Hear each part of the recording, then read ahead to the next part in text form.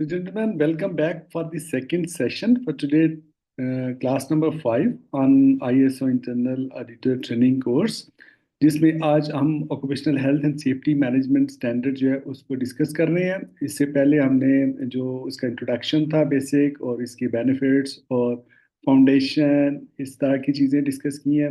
No, this is the operational part कि जिसको हमने इम्प्लीमेंट करना है, और यही ऑडिटेबल क्लॉजेज होती हैं 4 to 10। इसका भी स्ट्रक्चर वही हाई लेवल स्ट्रक्चर जो है, सेम जिस तरह मैं आपको शुरू में इसकी पहली क्लास के अंदर डिटेल से बता चुका हूँ कि तमाम जो मैनेजमेंट स्टैंडर्ड है आईएसओ के, उनका स्ट्रक्चर जिसको हाई लेवल स्ट्रक्चर कहते हैं इस सेम। ठीक है जी, इसमें भी क्लॉज 4 है जिसको हम कॉन्टेक्स्ट ऑफ द ऑर्गेनाइजेशन कहते हैं। अब सिनेरियो हम यूं ले रहे हैं कि आप एक हेल्थ एंड सेफ्टी मैनेजर हैं किसी ऑर्गेनाइजेशन के अंदर। ठीक है, अब आपकी मैनेजमेंट आपको ये कह रही है कि जेंटलमैन, अब हमारा इरादा है कि हम हेल्थ एंड सेफ्टी मैनेजमेंट जो स्टैंडर्ड है आईएसओ का, उसकी सर्टिफिकेशन अचीव करें। और हम आपको ये रिस्पॉन्सिबिलिटी दे रहे हैं कि आप ये प्रोजेक्ट लुक आफ्टर करें, और ये जो रिक्वायरमेंट्स हैं इस मैनेजमेंट स्टैंडर्ड की, इसके मुताबिक आप अपने प्रोसेसेस को अलाइन करें। ठीक है, हमारा जो हमारी कंपनी के अंदर जो काम हो रहा है इसमें इसको आप जो ग्लोबल स्टैंडर्ड है आईएसओ का 45001 का, उसके मुताबिक अलाइन करें उसको। तो आप उसको कैसे करेंगे? अब आपने वो काम करना है। ठीक है ना? तो सबसे पहले तो आपके पास नॉलेज होना चाहिए इस स्टैंडर्ड का, इसका इंट्रोडक्शन का नॉलेज होना चाहिए आपको। उसके बाद फिर स्पेसिफिकली जो इसकी जो ऑपरेशनल क्लासेस हैं उनको अच्छी तरह अंडरस्टैंडिंग होनी चाहिए। तब आप ये काम कर सकेंगे ना इम्प्लीमेंटेशन। जब आप इम्प्लीमेंटेशन करेंगे तभी उसके बाद ऑडिट भी आप अच्छा कर सकते हैं। ठीक है, जब आपने मल्टीपल टाइम उसकी इम्प्लीमेंटेशन होगी की होगी तो आपको फिर उसको ऑडिट करने में ज़्यादा आसानी होगी। ठीक है जी। तो हम ये देखते हैं कि अगर आपने as a health and safety manager इस मैनेजमेंट सिस्टम को अप्लाई करना है अपनी ऑर्गेनाइजेशन के अंदर, इस स्टैंडर्ड को अप्लाई करना है, तो कैसे करेंगे? तो उसमें पहली क्लास है class number 4, context of the organisation. Clause इसकी 4.1 क्या कहती है? Understanding the organisation and its context. ठीक है, उसके बाद क्लास 4.2 कहती है कि needs and expectation of the interested parties including workers and which of them are could be legal requirements, ये डिटरमिन करनी है। क्लास 4.3 कहती है स्कोप डिटरमिन करें health and safety management system का। Scope to include activities, scope में आप क्या शामिल करेंगे? अपनी activities, products and services that the organisation can control और influence that can impact the OHS performance. ठीक है, उसके बाद क्लास 4.4 जो सेफ्टी मैनेजमेंट सिस्टम है एंड प्रोसेसेस है उससे रिलेटेड है। अब आप इसको अगर हम प्रैक्टिकली करेंगे तो कैसे करेंगे? यानी 4.1 हम कॉन्टेक्स्ट कैसे अंडरस्टैंड करेंगे? ठीक है, this standard does not state how you should determine context. यानी जो आईएसओ का जो स्टैंडर्ड है ना, उसमें उन्होंने आपको ये कोई मेथड नहीं बताया कि किस तरह आप कॉन्टेक्स्ट अंडरस्टैंड करें। ठीक है ना? लेकिन उसके लिए आपको गाइडेंस गाइडेंस जरूर मिल जाती है कि आप मल्टीपल तरीकों से context of the organisation understand कर सकते हैं, जिसमें मिसाल के तौर पे ये जो PESTLE एक टेक्निक है जिसको एनालिसिस कहते हैं, एक्सटर्नल इश्यूज को एनालाइज करने का। ये वाला टूल यूज करके, ये फॉर्मूला लगा के आप अपने एक्सटर्नल इश्यूज जो हैं उनको आइडेंटिफाई कर सकते हैं। ठीक है ना? मसलन कॉन्ट्रैक्टर्स जो हैं आपके, सप्लायर्स जो हैं, न्यू टेक्नोलॉजीज जो आपको आपके मतलब है कि इर्द गिर्द मौजूद हैं, उनसे आपकी ऑर्गेनाइजेशन को क्या थ्रेट है, की ड्राइवर्स हैं, cultural social and political factors, relevant legislation, location of the facilities, risk and opportunity. मतलब आप ये PESTLE एनालिसिस कर सकते हैं। ठीक है ना? अपने एक्सटर्नल इश्यूज को आइडेंटिफाई करने के लिए। लेकिन जरूरी नहीं है कि लाजमी आप ये एनालिसिस करें। अगर आपकी ऑर्गेनाइजेशन छोटी है तो आप वर्बल भी कर सकते हैं। मतलब उसमें मतलब आपको कोई पॉलिटिकल फैक्टर है तो उसको आइडेंटिफाई करें। मतलब अगर फर्ज करें आपकी ऑर्गेनाइजेशन किसी ऐसे फैक्ट्री के ऐसे एरिया में जहाँ पे पॉलिटिकल राइट्स वगैरह होते रहते हैं, तो उसका इम्पैक्ट तो होगा ना, आपकी प्रोडक्टिविटी रुकेगी। अगर कोई लेजिस्लेशन हुई है जो हेल्थ एंड सेफ्टी से रिलेटेड है, जो आपकी ऑर्गेनाइजेशन को इम्पैक्ट कर सकती है, तो उसकी आइडेंटिफिकेशन करेंगे। ठीक है ना? इसी तरह आप इंटरनल इश्यूज जो हैं वो भी आइडेंटिफाई करेंगे। ठीक है, उसमें इंटरनल इश्यूज में आप किस तरह कर सकते हैं? अपनी ऑर्गेनाइजेशन का साइज, नेचर और एक्टिविटीज़ उनको राइट डाउन करें, ठीक है ना। और जो भी अपने बिजनेस ऑब्जेक्टिव्स हैं वो आप सॉर्ट एनालिसिस परफॉर्म करके ये इंटरनल इश्यूज को आइडेंटिफाई कर सकते हैं। सॉर्ट एनालिसिस करेंगे जिस तरह strengths, weakness, opportunities and threats का जो एनालिसिस है, ये एक टेक्निक यूज करके आप इंटरनल इश्यूज को आइडेंटिफाई कर सकते हैं, ठीक है जी। उसके बाद क्लास 4.2 है नीड्स एंड एक्सपेक्टेशन। मतलब आपकी हेल्थ एंड सेफ्टी से रिलेटेड, आपकी हेल्थ एंड सेफ्टी से रिलेटेड आपके जो जितने भी स्टेक होल्डर्स हैं, जो आपकी इंटरेस्टेड पार्टीज हैं, सप्लायर्स हैं, आपके कस्टमर्स हैं, ठीक है ना। अब आपके कस्टमर मसलन मिसाल के तौर पे आपके कस्टमर से जो आप सर्वे करते हैं या उनसे इंटरव्यू करते हैं या उनसे आप मीटिंग्स करते हैं, तो वो आपको बताते हैं जी कि आपकी ऑर्गेनाइजेशन में जो है वो हादसात बहुत होते हैं। हमने सुना है कि बहुत ज़्यादा एक्सीडेंट होते हैं यहाँ पे। तो इस चीज़ को बेहतर करें, ये आपको फीडबैक आ रहा है ना आपकी इंटरेस्टेड पार्टी से। इसी तरह आपके इंटरनल वर्कर्स जो हैं वो आपको फीडबैक देते हैं, वो कहते हैं जी कि फ़लाँ मशीनरी हमारी जो है वो जब हम उसको स्टार्ट करते हैं तो उसमें करंट आ जाता है, ठीक है ना। तो वो आपको इंटरनल फीडबैक दे रहे हैं ना कि आपके हाँ ये वाला इशू है जो कि किसी हादसे का बायस बन सकता है। तो इस तरह आप अपने जो भी सबसे पहले तो आइडेंटिफाई करें अपनी जितनी भी इंटरेस्टेड पार्टीज हैं, जिसमें आपके कॉन्ट्रैक्टर्स हैं, सब कॉन्ट्रैक्टर्स हैं, सप्लायर्स हैं, प्रोवाइडर्स हैं, ठीक है ना। और मतलब एम्प्लॉयज़ हैं, ऑनर्स हैं, शेयर होल्डर्स हैं, क्लाइंट्स हैं, विजिटर्स हैं, इंश्योरर्स हैं, जो भी आपके बिजनेस के साथ रिलेटेड है, इसमें बड़ी डिटेल लिखी हुई है। उसको आइडेंटिफाई करें और उसके बाद अब आपको टिप्स यहाँ पे मिली हैं कि ये कैसे आप कर सकते हैं। टिप नंबर 1 कि आप एक एक्सेल वर्कबुक बनाएं, ठीक है। ईयर किस ईयर की आप आइडेंटिफिकेशन कर रहे हैं, उसमें आप एक टेबल बनाएं। कॉन्टेक्स्ट उसमें पहला आप लिखें, फिर लिस्ट लिखें, फिर add column in the table for each standard and tick applicability से how notes column etcetera risk and opportunities column methodology of the risk. मतलब एक आप पूरा कॉलम ये एक मतलब है कि वो एक्सेल की वर्कबुक बना लें जिसके अंदर ये सारे हेडिंग्स हों, ठीक है ना।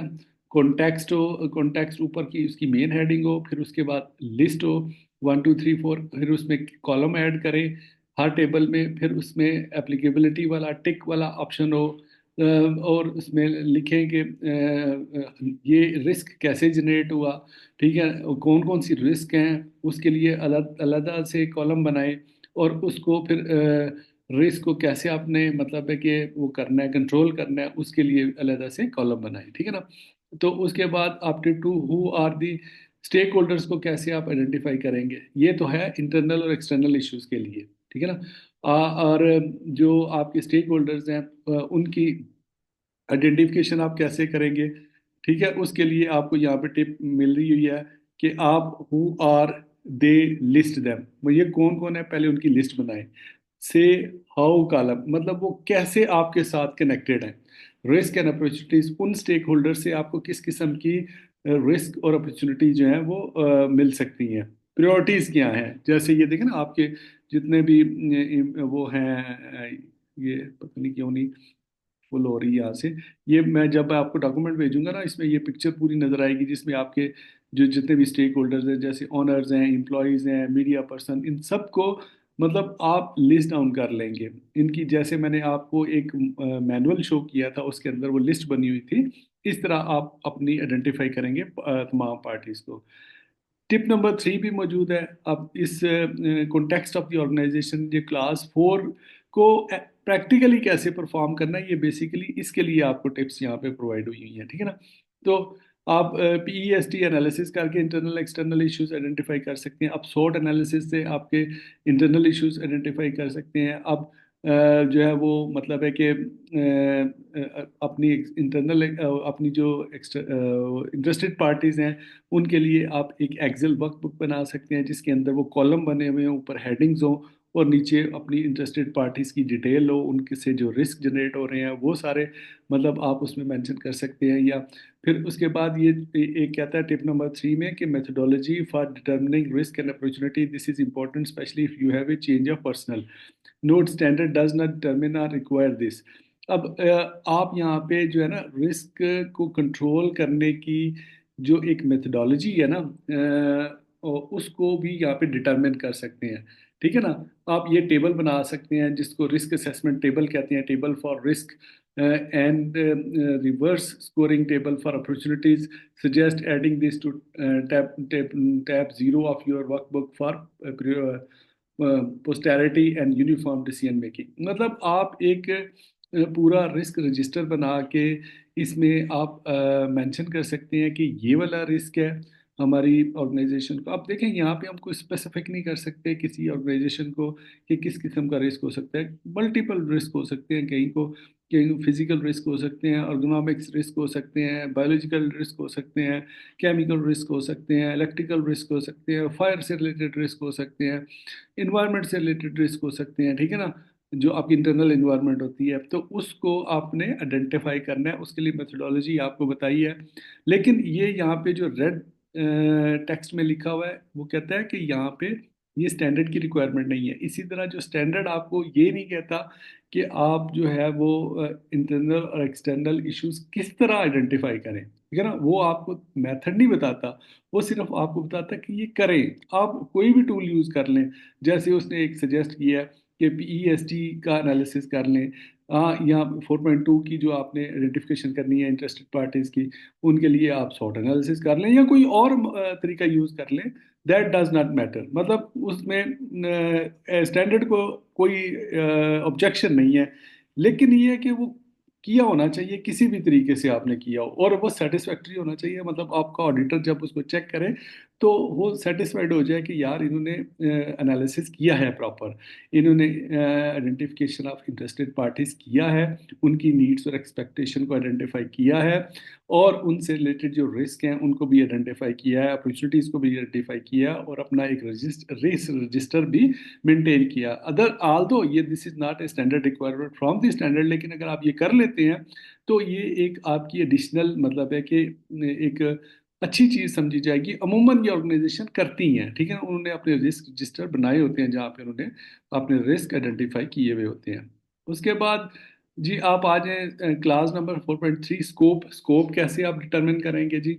What does the management system cover. ये है मतलब स्कोप का कि आपके मैनेजमेंट सिस्टम में कवर क्या क्या होना है। मतलब है कि आपके जो मतलब मैनेजमेंट सिस्टम में आप क्या कौन सा डिपार्टमेंट आना है, हेल्थ एंड सेफ्टी को अप्लाई कहाँ पे करना है मैनेजमेंट सिस्टम को। आपकी अगर बहुत बड़ी ऑर्गेनाइजेशन है, लार्ज ऑर्गेनाइजेशन है, तो उस सारी ऑर्गेनाइजेशन में एक वक्त में तो आप health and safety management system को अप्लाई नहीं कर सकते ना।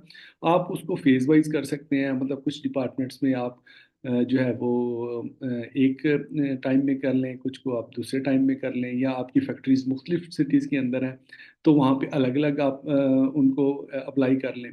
तो वो जो भी आप उस स्कोप के अंदर शामिल करेंगे ना, मतलब जिसको आपने जहाँ पे ये मैनेजमेंट सिस्टम अप्लाई जहाँ जहाँ करना है वहाँ वो उस डॉक्यूमेंट के अंदर आप लिखेंगे, और यहाँ पे रेड में लिखा हुआ है डॉक्यूमेंटेड इन्फो इज रिक्वायर्ड। इसका मतलब है कि ये ऑडिट में ये डॉक्यूमेंट चेक होता है कि आपने अपने मैनेजमेंट सिस्टम का स्कोप डिटरमिन किया है या नहीं किया। ठीक है ना।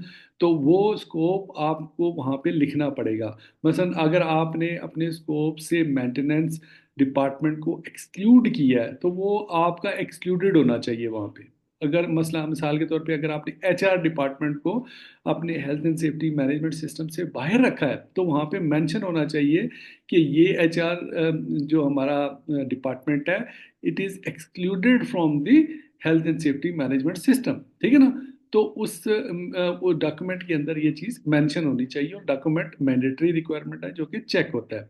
उसके बाद क्लास 4.4 आती है जो मैनेजमेंट सिस्टम को अप्लाई करने की बात करती है। और मतलब है कि ये यहाँ पे सिर्फ आपको ये कहती है क्लॉज जो रिक्वायरमेंट है स्टैंडर्ड की, कि आप एक मैनेजमेंट सिस्टम इफेक्टिव जो है इम्प्लीमेंट करें अपनी ऑर्गेनाइजेशन के अंदर on the basis of this PDCA model. लेकिन जो गुड प्रैक्टिस है उसमें ये है कि आप एक मैनुअल बना सकते हैं अपने मैनेजमेंट सिस्टम का। ठीक है ना। और उस मैनुअल के अंदर क्या क्या चीज़ें आपको फ़ायदे क्या होते हैं कि आपका मतलब है कि एक रेफरेंस डॉक्यूमेंट बन जाता है। ठीक है ना। और demonstrates the outline of the BMS to the clients, building management system to the clients.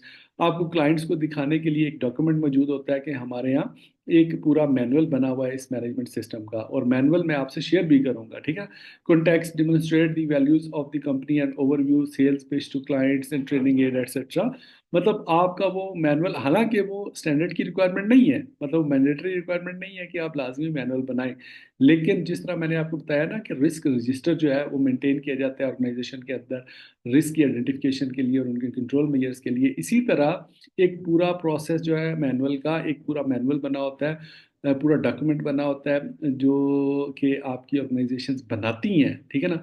और हालांकि ये मैंडेटरी रिक्वायरमेंट नहीं है, इसका कोई ऑडिट नहीं होता, ठीक है जी। आगे अगर हम चलें तो आगे हम लीडरशिप क्लास को देख लेते हैं जी। क्लास 5 जो है वो लीडरशिप से रिलेटेड है। जो क्लास 5.1 कहती है लीडरशिप कमिटमेंट होनी चाहिए। क्लास 5.2 कहती है occupational health and safety policy होनी चाहिए। क्लास 5.3 कहती है कि रोल्स एंड रिस्पॉन्सिबिलिटीज डिफाइन होनी चाहिए हेल्थ एंड सेफ्टी से रिलेटेड।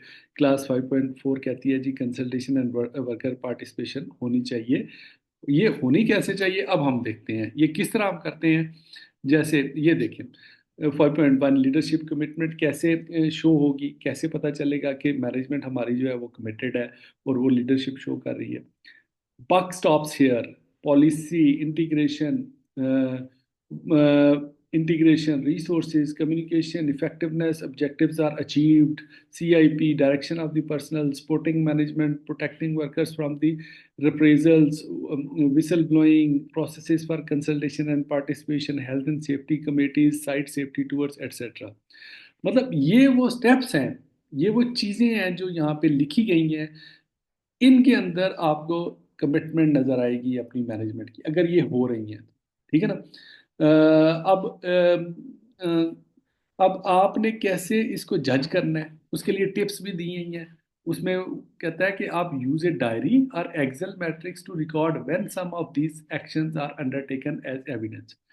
आप अपने पास एक डायरी बनाएं, तो आप ये देखें कि आपकी मैनेजमेंट ने कोई ऑब्जेक्टिव सेट किए हेल्थ एंड सेफ्टी के, कब किए उसको नोट डाउन कर लें। आप ये देखें कि क्या उन्होंने वर्कर्स के साथ कोई पार्टिसिपेशन की, कंसल्टेशन मीटिंग की, कोई कमेटी उन्होंने तरतीब दी हेल्थ एंड सेफ्टी के इश्यूज के लिए, कोई साइट सेफ्टी टूवर्स किए। तो ये आप अपने पास नोट डाउन करें, मतलब अपनी डायरी के अंदर उसको एविडेंस के तौर पे लिखें कि ये वाली चीज़ें हुई हैं। अगर ये हो रही हैं तो इसका मतलब है कि इस क्लास की रिक्वायरमेंट पूरी हो रही है, ठीक है। अब और भी इसमें टिप्स हैं आगे। क्लास 5.2 क्या कहती है, ठीक है। लीडरशिप कमिटमेंट जिसको मैंने आपको क्वालिटी में भी पढ़ाया था, एनवायरनमेंट में भी, कि ये जितने भी पॉइंट्स मैंने आपको बताया ना, यहाँ पे ये जो पॉलिसी है, इंटीग्रेशन है, ये की परफॉर्मेंस इंडिकेटर्स हैं। अगर ये चीज़ें हो रही हैं, ठीक है, जो आपकी ऑर्गेनाइजेशन से रिलेटेड है, ज़रूरी नहीं कि सारी ही प्रैक्टिस हो रही हो, लेकिन जो आपकी ऑर्गेनाइजेशन से रिलेटेड है, तो इसका मतलब है कि आपकी मैनेजमेंट कमिटेड है। अगर वो पॉलिसी देती है, अब आ जाते हैं हम क्लास 5.2 के ऊपर, occupational health and safety policy. Read the standard for the requirements documented information required, ठीक है। अब स्टैंडर्ड ये कहता है कि हेल्थ एंड सेफ्टी पॉलिसी का डॉक्यूमेंट मैंडेटरी है, ये होना चाहिए, ठीक है। अब क्लास 5.3 कहती है रोल्स एंड रिस्पॉन्सिबिलिटीज मैट्रिक्स। आप बना लें रोल्स एंड रिस्पॉन्सिबिलिटी का प्रोसीजर, बना लें as as decided but documented information required.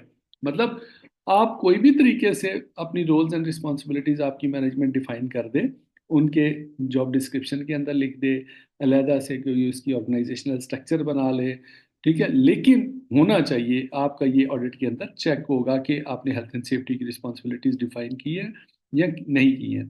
उसके बाद क्लास 5.5 वर्कर कंसल्टेशन और पार्टिसिपेशन ऑफ द वर्कर कैसे आप डिटरमिन करेंगे, उसके क्या की रिक्वायरमेंट्स हैं। Provide time training and resources, क्या आपकी मैनेजमेंट जो है उनको टाइम दे रही है, उनकी ट्रेनिंग दे रही है, उनको रिसोर्सेज प्रोवाइड कर रही है। प्रोवाइड टाइम रेलिवेंट इंफॉर्मेशन, क्या उनको अवेयरनेस के लिए आपकी मैनेजमेंट जो है हेल्थ एंड सेफ्टी से रिलेटेड, यहाँ पे चूंकि बात हेल्थ एंड सेफ्टी की हो रही है तो आपने वही ज़हन में रखना है, हेल्थ एंड सेफ्टी से रिलेटेड उनको टाइमली रेलिवेंट इंफॉर्मेशन प्रोवाइड कर रही है। बैरियर्स, अगर उनकी पार्टिसिपेशन में कोई बैरियर्स हैं तो उनकी रिमूवल के लिए कोई कमेटी पार्टिसिपेशन, कोई मीटिंग्स वगैरह कंडक्ट हो रही हैं।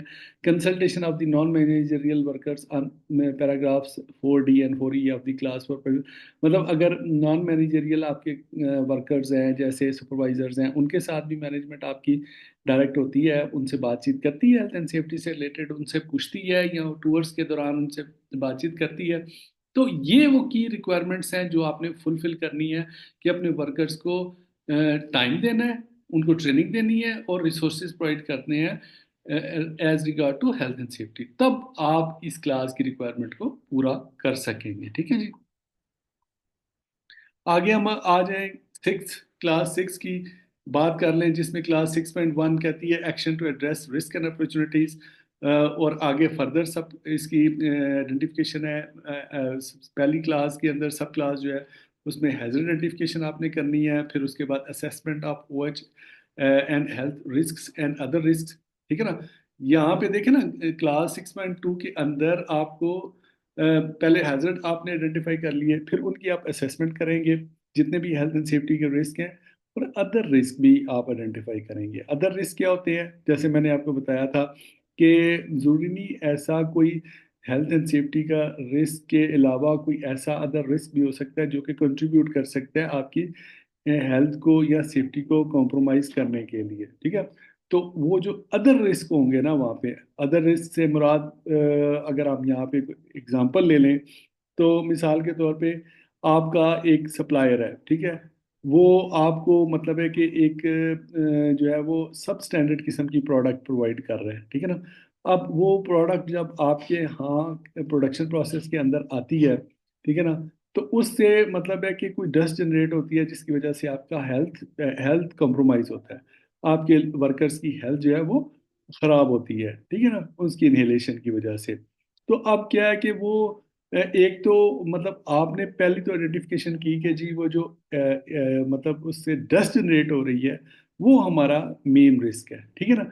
अब जब हम उससे रिलेटेड अदर रिस्क जो है वो कि वो कहाँ से हमें सप्लाई की गई, किस सप्लायर ने हमें वो प्रोडक्ट दी, वो जो अदर रिस्क हैं उससे रिलेटेड उसको भी हम आइडेंटिफाई करेंगे यहाँ पे, ताकि हम उसकी प्रिवेंशन कर सके, हम उस तक पहुंच के उसको वहीं कंटेन करें, और वो उस तरह का रॉ मटेरियल हमारे प्रोडक्शन लाइन के अंदर आए ही ना, ताकि वो उस तरह का रिस्क ना बने, इनहेलेशन का रिस्क ना बने। तो हेल्थ एंड सेफ्टी का रिस्क और अदर रिस्क जो से एसोसिएटेड होते हैं उनको भी आइडेंटिफाई करना है।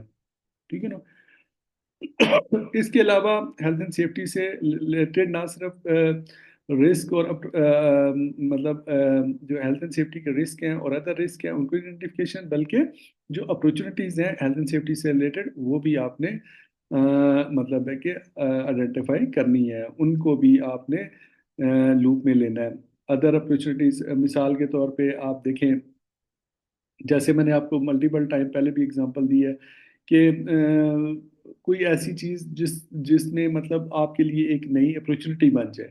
मसलन अगर फर्ज करें कि एक पुरानी मशीन है वो बहुत ज़्यादा शोर शराबा कर रही है, ठीक है ना। अब वो उसका जो नॉइज़ लेवल है वो जो स्टैंडर्ड ओशा का लेवल है 85 डेसिबल उससे ऊपर है। ठीक है ना। और उसकी वजह से आपके जो वर्कर्स हैं उनकी नॉइज़ की, हेयरिंग की जो कैपेसिटी है, कैपेबिलिटी है, वो कॉम्प्रोमाइज हो रही है। ठीक है ना। अब आप एक तो हियरिंग का आपने मतलब वहाँ पे नॉइस का उसकी असेसमेंट की, उसका रिस्क आइडेंटिफाई किया, और आपने देखा कि वहाँ पे जो मशीन की हालत इतनी ज़्यादा ख़राब है कि अगर हम इसको रिप्लेस नहीं करते तो ये मसला हमारा हल नहीं होगा। तो ये आपके लिए एक अपॉर्चुनिटी बन गई है। ठीक है ना। मसलन अगर आप फर्ज करें कि पुराने खाते चला रहे हैं, मैनुअल रजिस्टर्स पे काम कर रहे हैं, लेकिन आपके उसकी वजह से वहाँ पे रिस्क लेवल इतना हाई है कि लोगों की हेल्थ या सेफ्टी को प्रॉब्लम हो रही है, तो आपकी मैनेजमेंट डिसाइड करती है जी कि हम वो पुराना मैनुअल सिस्टम ख़त्म करके नई टेक्नोलॉजी यहाँ पे ला रहे हैं, कंप्यूटर सिस्टम ला रहे हैं।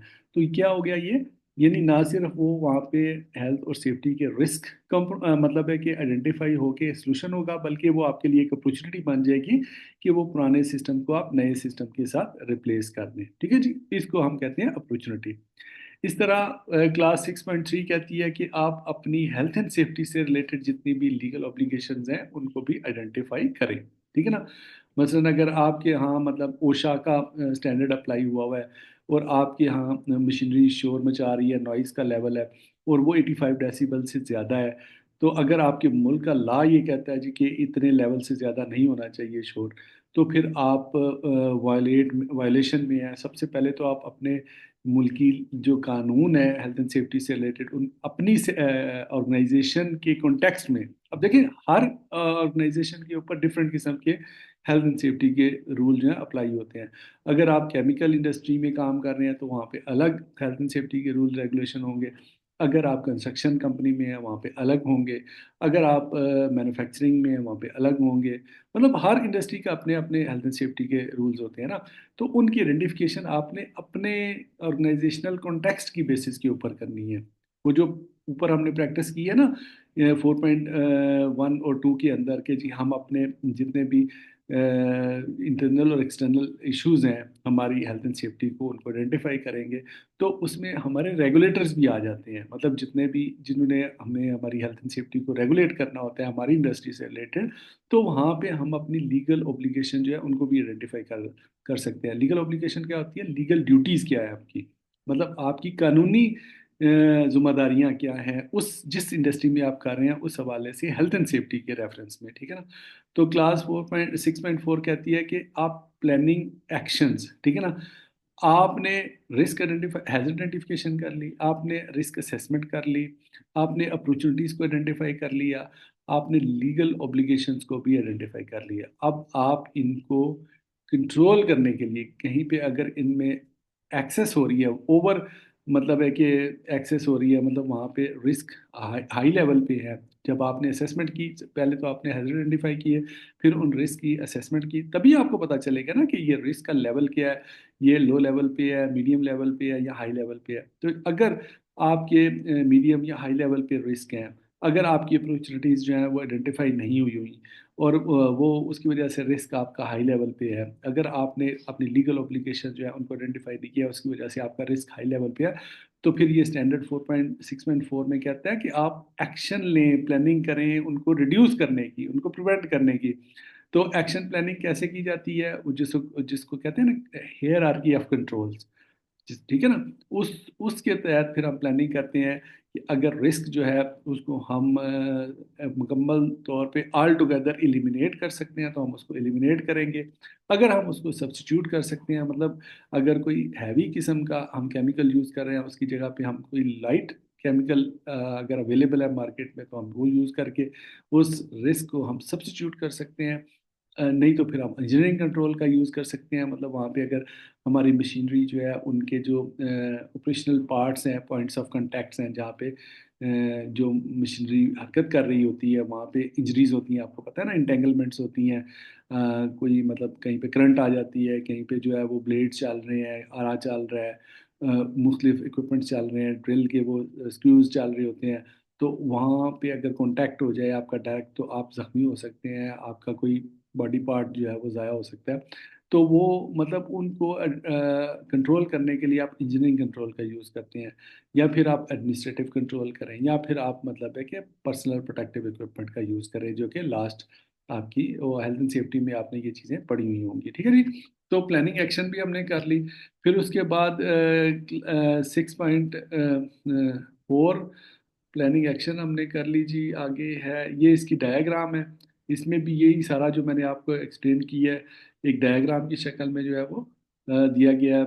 अब हमने करना है वो तो क्लास ये कह रही है कि ये करना है आपने, ठीक है ना। तो अब अगर हम 6.1 को देखें जो action to address risk and opportunities किस तरह कर सकते हैं, issue that must be included. अब जब हमने एड्रेस अपने रिस्क आइडेंटिफाई करने हैं तो उसके लिए हमें किस क्लास की प्रीवियसली ज़रूरत पड़ेगी, 4.1 और 4.2 की, क्योंकि वहाँ पे हमने एनालिसिस किए थे इंटरनल और एक्सटर्नल इश्यूज़ के और अपनी इंटरेस्टेड पार्टीज़ के, उसके थ्रू हमें पता चला कि हमें क्या किस किस्म के हेल्थ एंड सेफ्टी रिस्क हमारी ऑर्गेनाइजेशन को हैं। तो उसके मुताबिक फिर हम अपना आगे जो है वो प्रोसेस चलाएंगे। जब रिस्क आइडेंटिफाई कर लिए तो फिर हम प्लानिंग करेंगे उन रिस्क को कंट्रोल करने की। रेड में क्या कहता है जी कि रेड में कहता है यार ये क्यों नहीं, documented information of risks and opportunities required and the process needed to determine risk and opportunity must be documented. देखिए ये रेड में लिखा है कि ये जो प्रोसेस है ना, आइडेंटिफिकेशन ऑफ द रिस्क, यानी आपकी जो रिस्क असेसमेंट है जो आप जनरली करते हैं, ठीक है ना, वो डिटेल रिस्क असेसमेंट वो रिक्वायर्ड है, मैंडेटरी है, वो आपकी ऑडिट के दौरान में चेक होती है। अब आपने जब एक कम्प्रिहेंसिव किस्म की रिस्क असेसमेंट की हो ना, तो उसमें ये सारी क्लॉजेज जो है उनको उनको मद्देनजर रख के अगर आपने रिस्क असेसमेंट किया है तो वो ये सारी क्लासेस उसके अंदर एड्रेस, मतलब आपने हैजर्ड को आइडेंटिफाई किया, आपने 4.1 4.2 को जहन में रख के अपने हैजर्ड और रिस्क को आइडेंटिफाई किया, तमाम स्टेक होल्डर्स की नीड्स और एक्सपेक्टेशन को जहन में रख के रिस्क को आइडेंटिफाई किया, ठीक है। तो जब रिस्क आइडेंटिफाई कर लिया उसके बाद आपने रिस्क को एवेलुएट किया, उसकी असेसमेंट की, उसकी कैटेगरीज बनाई कि कौन सा रिस्क किस लेवल पे है, फिर आपने उसको हल करने के लिए यानी एक्शन प्लानिंग की, उसको रिजॉल्व करने के लिए, तो ये आपकी अपॉर्चुनिटीज जो हैं वो मतलब ये क्लास की रिक्वायरमेंट्स जो हैं वो पूरी हो जाती है, ठीक है ना। अब यहाँ पे टिप्स भी दी हुई हैं कि किस तरह आप ये कर सकते हैं, ठीक है जी। टिप नंबर 6 है use a summary excel table within the year workbook with hazards risk and opportunities, मतलब जिस तरह वो आप एक रिस्क रजिस्टर बना सकते हैं या एक मतलब है कि अपनी पूरी एक लिस्ट बना सकते हैं जिसमें आपने अपनी रिस्क असेसमेंट के अंदर जो भी हैजर्ड आइडेंटिफाई किए हैं या रिस्क आइडेंटिफाई किए हैं या उनके कंट्रोल मेजर्स जो है वो आपने अप्लाई किए हैं, तो वो उनको आप अपने रिकॉर्ड में मेंटेन करेंगे, ठीक है जी। लीगल ऑब्लिगेशंस के लिए भी इसी तरह की आप प्रैक्टिस कर सकते हैं, ठीक है। Planning to achieve virtues practice documented evidence required, ये आपकी प्लानिंग जो है मतलब है कि जिस तरह हायरार्की ऑफ कंट्रोल है उसको यूज़ करके आप एक्शन प्लानिंग कर सकते हैं अपने रिस्क को कंट्रोल करने की। उसके बाद क्लास आ जाती है 7 जो कि सपोर्ट कहलाती है, और उसमें हमने क्या करना है, हमने रिसोर्सेज प्रोवाइड करने हैं जो मैनेजमेंट ने करने हैं, हमसे मुराद मैनेजमेंट है, ठीक है ना। जो हेल्थ एंड सेफ्टी को इम्प्रूव करने के लिए जो रिसोर्सेज चाहिए, पैसे चाहिए, पर्सनल चाहिए, इक्विपमेंट चाहिए। अब अगर हेल्थ एंड सेफ्टी की रिस्क असेसमेंट आपने किया, हो सकता है उसमें सजेशंस होंगे जी आपको फलां पर्सनल प्रोटेक्टिव की इक्विपमेंट की ज़रूरत है, तो वो फ्री में तो नहीं आएगा, उसके लिए पैसे लगेंगे, तो वो रिसोर्सेज कहाँ से आएंगे, बजट कहाँ से आएगा, मैनेजमेंट देगी, ठीक है ना। तो 7.1 कहती है कि ये रिसोर्सेज प्रोवाइड करेगी मैनेजमेंट। 7.2 कहती है कि कॉम्पिटेंस को इंश्योर करेगी। कॉम्पिटेंस क्या है कि आपके वर्कर्स की काम करने की अहलियत, मतलब एक वर्कर अगर एक जो है वो कटिंग मशीन पे काम कर रहा है, तो क्या वो कटिंग मशीन पे काम करने का कॉम्पिटेंट है, उस कटिंग मशीन पे काम करने की उसकी कोई क्वालिफिकेशन है, क्या उसने उसकी ट्रेनिंग ली है, क्या उसके ऊपर उसका कोई एक्सपीरियंस है बिफोर दैट, जब जब आपने उसको जॉब पे खड़ा कर दिया। ये तो नहीं कि नया एक रिक्रूट आ किया और उसको जो है ना जाते ही आपने एक मुश्किल टास्क के ऊपर लगा दिया, वो कॉम्पिटेंट ही नहीं है, तो क्या होगा, वो वहाँ पे रिस्क क्रिएट करेगा, वो हादसा हो सकता है बड़ा वहाँ पे। तो इसलिए कॉम्पिटेंस को इंश्योर करना ज़रूरी है, ठीक है ना। Determination of the competence training needs matrix retain appropriate documented info, मतलब आपने जब अपने इस तरह आपकी ऑर्गेनाइजेशन के अंदर जितने भी लोग काम कर रहे हैं, मसलन कोई ड्राइवर्स हैं, कोई जो है वो आपके लोडर हैं, कोई जो है आपके वो मतलब है कि सप्लायर हैं, क्या वो अपने अपने काम में कॉम्पिटेंट हैं कि नहीं है, ठीक है।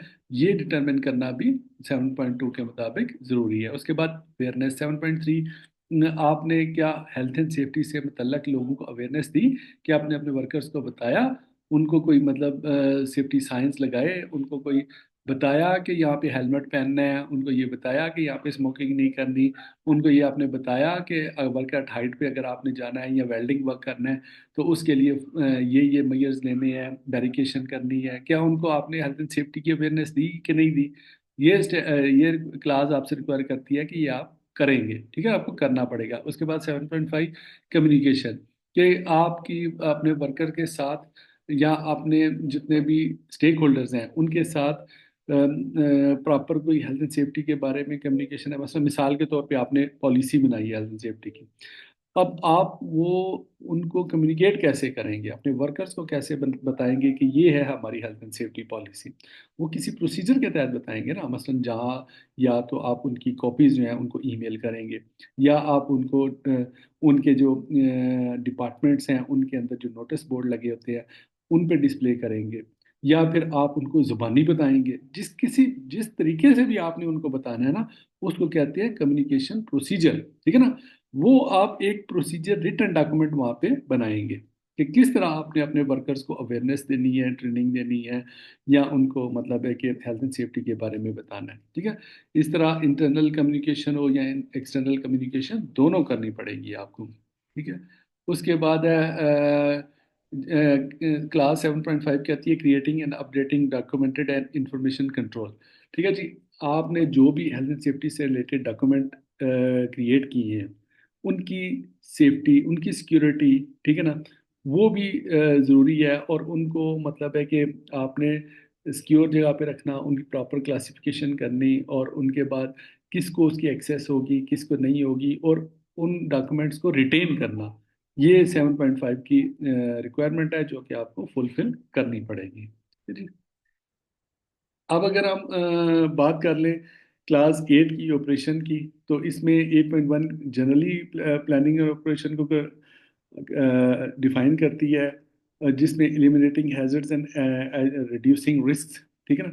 ये है आपके मतलब जो ऑपरेशनल पार्ट के ऊपर मतलब जो आपने रिस्क असेसमेंट की, जो आपने पीछे प्लानिंग फेज के अंदर आपने जो मतलब है कि रिस्क आइडेंटिफाई की, उसमें हो सकता है कुछ रिस्क आपके एक्सटर्नल हो, कुछ आपके इंटरनल हो। जो इंटरनल आपकी प्रोसेसेस से रिलेटेड हो, तो जो आपके प्रोसेसेस से रिलेटेड जितने भी रिस्क होंगे, फिर वो आपके इस क्लास के अंदर एड्रेस होंगे। ठीक है ना? अब ना सिर्फ वो आपने रिस्क को आइडेंटिफाई करना है, अब देखें यहाँ पे कितनी चीज़ें आ गई हैं आपके ऑपरेशंस के अंदर। मैनेजमेंट ऑफ चेंज, अगर मतलब है कि अगर आपकी ऑर्गेनाइजेशन के अंदर कोई बड़ी चेंज हो रही है, मसलन आप पूरी मशीनरी एक डिपार्टमेंट की चेंज कर रहे हैं, ठीक है, तब्दील कर रहे हैं, पुरानी मशीनरी निकाल के नई मशीनरी ला रहे हैं, तो ये जो चेंज है ना, ये ऑल ऑफ सडन नहीं होगी, एकदम नहीं आप सारा कुछ चेंज कर देंगे, बल्कि आप एक प्रोसीजर के तहत उसको चेंज करेंगे। इसको कहते हैं मैनेजमेंट ऑफ चेंज। क्योंकि अगर आप वो procedure of management of change apply नहीं करेंगे, तो हो सकता है बहुत से नए रिस्क जो है वो आपको फेस करने पड़े। ठीक है? या आपने प्रोक्योरमेंट करनी है, उसके अंदर जो रिस्क हैं उनको आइडेंटिफाई करना, कॉन्ट्रैक्टर्स के रिस्क हो, आउटसोर्सिंग के रिस्क हो, इमरजेंसी रिस्पांस की प्लानिंग, ये सारी आपकी ऑपरेशनल कंट्रोल्स के अंदर आती है। ये आपकी जो प्लानिंग वाली 6 क्लास है ना, उसमें जनरली आप अपने हेल्थ एंड सेफ्टी के रिस्क को आइडेंटिफाई करते हैं।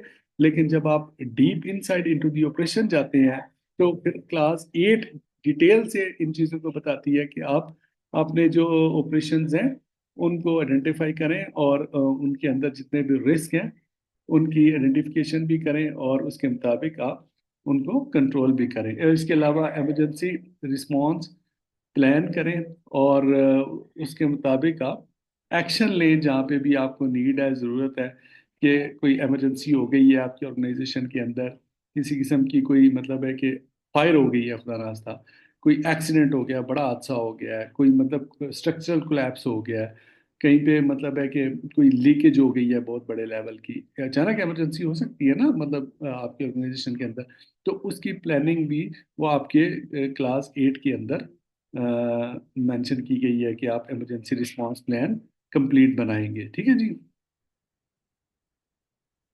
इसके बाद ये जो मतलब आप को मतलब आगे डिटेल से बताया हुआ है तमाम क्लासेस के अंदर किस तरह काम करना है।